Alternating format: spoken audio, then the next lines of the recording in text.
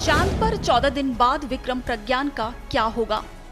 क्या धरती पर वापस आएगा चंद्रयान 3? आपके मन में भी है ये सवाल, जानिए सारे जवाब। इसरो का चंद्रयान 3 चांद के दक्षिणी ध्रुव पर लैंड कर चुका है। बुधवार शाम को हुई सॉफ्ट लैंडिंग के बाद इसरो अपने मिशन पर तेजी से आगे बढ़ रहा है। विक्रम के अंदर मौजूद रोवर भी बाहर निकलकर चांद की सतह का मुआयना कर रहा है, अलग अलग तस्वीरें भेज रहा है। चांद पर सतह पर उतरे विक्रम लैंडर और प्रज्ञान को लेकर अभी भी देशवासियों में कई तरह के सवाल उठ रहे हैं। पहला ये है कि 14 दिन बाद रोवर क्या करेगा? दूसरा, क्या चंद्रयान 3 वापस धरती पर आएगा? अगर आप भी इन्हीं सवालों के जवाब खोज रहे हैं तो आइए इस वीडियो में हम आपको सब कुछ बताते हैं। चांद के दक्षिणी ध्रुव पर सॉफ्ट लैंड करने के बाद प्रज्ञान अपने काम पर लग गया है। इसरो ने हाल ही में प्रज्ञान के चांद पर टहलने की तस्वीरें भी शेयर की। चांद पर रोवर पानी की खोज करेगा, इसके साथ ही गर्मी और मिट्टी की भी जांच करेगा। चंद्रयान मिशन के लिए 14 दिन काफी महत्वपूर्ण है, जिसमें से 2 दिन निकल गए हैं। लेकिन चंद्रमा पर 14 दिनों के बाद रात होगी और जो 14 दिनों तक चलेगी। तो रात होने का कारण चांद के उस हिस्से में मौसम काफी ठंडा भी हो जाएगा। अगर हम विक्रम और प्रज्ञान की बात करें तो वो केवल सूर्य में काम कर सकते हैं और वो 14 दिनों के बाद निष्क्रिय हो जाएंगे।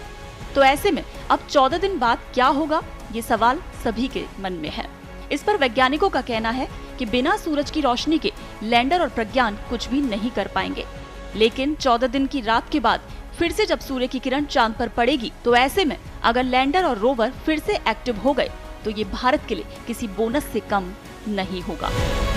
लेकिन अब देखना यही है कि अपने 14 दिन के काम के बाद फिर जब रात होती है तो वो 14 दिन का लंबा इंतजार, उसके बाद जो उम्मीद की किरण है कि काश सूर्य की किरणें फिर से लैंडर और रोवर पर पड़े और वो एक्टिव हो जाएं, तो ये भी भारत के लिए एक अविस्मरणीय क्षण होगा।